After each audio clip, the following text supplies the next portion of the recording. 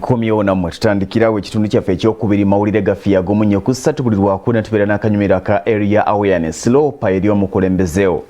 olwa tuli mu bitundu eby'emakindye wadde nga division eri ku njegoyegweza ekibuga ky'eggwanga ekikulu Kampala naye abayo boolekedde endwadde eziva ku bunyaga kubanga obukyafu bufuuse obukyafu ewasinga buli wooyita kasasiro yakwaniriza emyalo egigegedde wabula nga abakulembeze n'abatuuze oyinza okugamba nti bali mu mbeera ya tebinkwatako.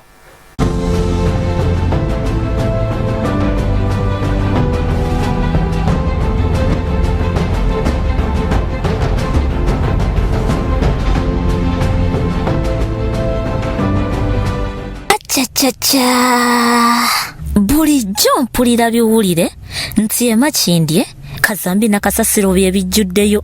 nga ndowooza nti bambi babakonjera naye maama nkyerabiddeko n'agange anti olwaleero bye binnyaniriza buli wempita ku biveera obukutiya ebisawo n'entuumu za Kasasiro kwenkuba amaaso olaba n'ebikuta by'emmere ebirisibwa ensolo bamansa bimanse mulimba owange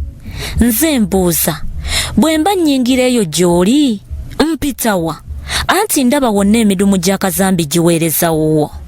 abakulembeze bino bye mwasuubiza abalonzi bammwe kubakuumira mu Kasasiro na Kazambi abatuuze b'e Makindye mu kifo ky'okuddamu kwesiwa amagengere lwaki temwekolamu omulimu ne mweyoolera Kasasiro ono mukimanyi nti kolera abalamuza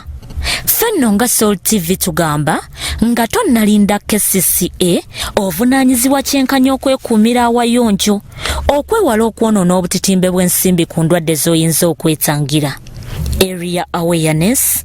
ne Flavia Luyiga buli lwakuna mu Munnyo ku 3 ku Soul TV Omunnyo.